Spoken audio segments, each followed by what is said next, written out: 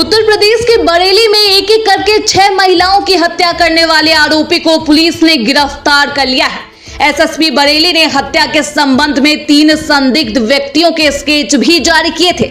इसे psycho killer बताते हुए स्केच के फोटो गांव से लेकर कस्बों तक में लगाई गई थी। शुक्रवार को एक व्यक्ति को पुलिस ने गिरफ्तार किया है। पकड़े गए युवक ने 6 महिलाओं की हत्या की बात भी स्वीकार की है। एसएसपी बरेली के अनुसार पकड़े गए आरोपी का नाम कुलदीप गंगवार है। वो नवाबगंज का रहने वाला है। पूछताछ में कुलदीप ने बताया है कि उसका परिवार खेतीबाड़ी करता है। पिता की मौत हो चुकी है। जब वह छोटा था तब उसकी मां की भी मौत हो गई थी। इसके बाद आई सौतेली मां ने उसके साथ बुरा व्यवहार किया। वो कुलदीप को खाना नहीं देती थी। बात बात में झगड़ा कर उसका गला दबाने की कोशिश किया करती थी। इस कारण महिलाओं को लेकर उसमें हिंसा और गुस्सा बढ़ता गया। एसपी ने बताया कि कुलदीप अपना टारगेट तय करके दिन में निकला करता था। जहां सुनसान जगह होती थी वहां महिलाओं को पकड़ता था। इसके बाद उन्हीं की साड़ी या दुपट्टे से उनका गला घोट देता था। एक सवाल के जवाब में उन्होंने बताया कि कुलदीप मानसिक रूप से बीमार नहीं है। वो नशा करता है और बहुत सावधान रहकर महिलाओं को लक्ष्य करके उनकी हत्या करता था। उसके पास से महिलाओं की हत्या के बाद ली गई हसिया, ब्लाउज का टुकड़ा, लिपस्टिक, बिंदी, आधार कार्ड आदि बरामद हुआ है। मृतक अनीता देवी का वोटर कार्ड, लिपस्टिक, बिंदी, प्रेमवती का हसिया, धानवती का आधार कार्ड, महमूदन का हसिया बरामद हुआ है। इस तरह के साइको किलर ट्रॉफी तरह ऐसी चीजें अपने साथ हत्या के बाद ले जाता था। कुलदीप ने एक बंगाली महिला के साथ शादी की थी, लेकिन वह भी उसको छोड़कर चली गई। पत्नी ने उस पर हिंसक होने, अक्सर झगड़ा करने और गला पकड़कर दबाने की कोशिश करने का आरोप भी लगाया था। कुलदीप की ही इन्हीं आदतों की वजह से पत्नी ने उसे छोड़कर चली गई थी। कुलदीप ने पुलिस को बताया कि जिन महिलाओं को उसने निशाना बनाया सभी अधेड़ उम्र की थी। पहले वह उनसे बातचीत करता था और छेड़छाड़ शुरू कर देता था। इसके बाद मौका मिलते ही उनकी गला दबाकर हत्या किया करता था। किया है, किस तरह से घटनाओं को अंजाम देता था, कितनी घटनाएं इसने की है? जैसा कि आप सभी अवगत हैं कि वर्ष 2023 और इस वर्ष जुलाई 2024 में थाना शीशगढ़ और थाना शाही अंतर्गत कुल 6 महिलाओं की हत्याओं के केसेस दर्ज थे 302 आईपीसी के अंतर्गत, जिनका अनावरण नहीं हुआ था। हम लोगों ने इसके लिए, इनके अनावरण के लिए एक टीम गठित की थी और उस टीम को एक ऑपरेशन तलाश का टारगेट दिया गया था, जिसमें हम लोगों को पकड़ना था उस व्यक्ति को या उन व्यक्तियों को जिनके द्वारा ये घटनाएं कारित की गई हैं। हम लोगों ने आज इन घटनाओं का अनावरण करते हुए अभियुक्त को गिरफ्तार किया है। इन सभी घटनाओं में एक ही अभियुक्त शामिल था, जिसका नाम है कुलदीप पुत्र बाबूराम। कुलदीप पुत्र बाबूराम गांव बाकरगंज, थाना नवाबगंज, जनपद बरेली का ही रहने वाला है। इसकी उम्र लगभग 35 वर्ष है। इससे कल शाम को 6 बजे इसको गिरफ्तार किया गया है पुलिस के द्वारा। तब से लेकर अब तक इससे पूछताछ की गई है। पूछताछ में तथ्य प्रकाश में आए हैं कि इसके द्वारा ये 6 की 6 घटनाएं कारित की गई। इन 6 घटना स्थलों पे ये पुलिस को लेके गया है। इसके द्वारा एग्जैक्ट घटना स्थल दिखाया गया है कि किस जगह पे इसने घटना कारित की। घटना कारित करने का तरीका भी इसके द्वारा बताया गया है।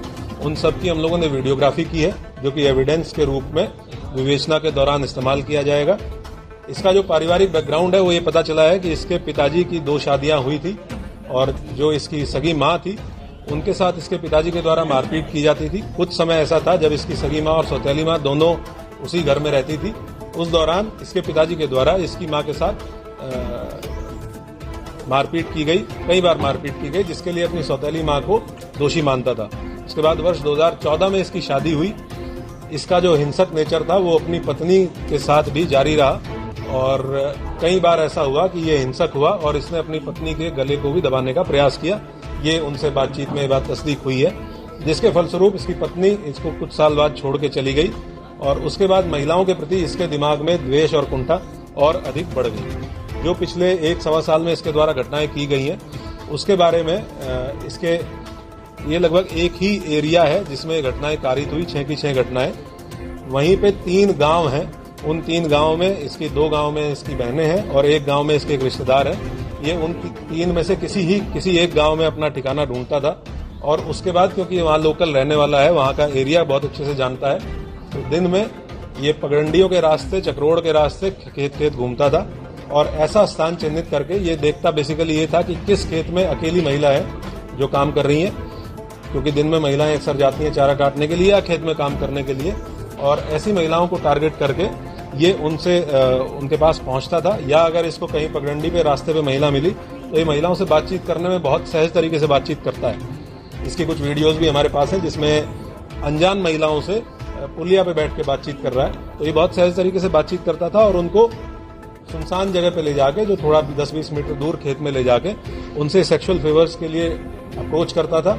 जैसे ही महिला ने विरोध किया या महिला ने मना किया तो ये तत्काल बहुत एग्रेसिव हो जाता है, हाइपर एग्रेसिव हो जाता है और इसके द्वारा उनका गला दबाते हुए और उनकी साड़ी के पल्लू से, और एक केस में जिसमें महिला ने सूट सलवार पहन रखा था उसमें उनकी चुनरी को इस्तेमाल करते हुए उनका गला दबाते हुए बाईं तरफ गांठ इसके द्वारा मारी गई। इस तरीके से इसके द्वारा ये घटनाएं कारित की गई।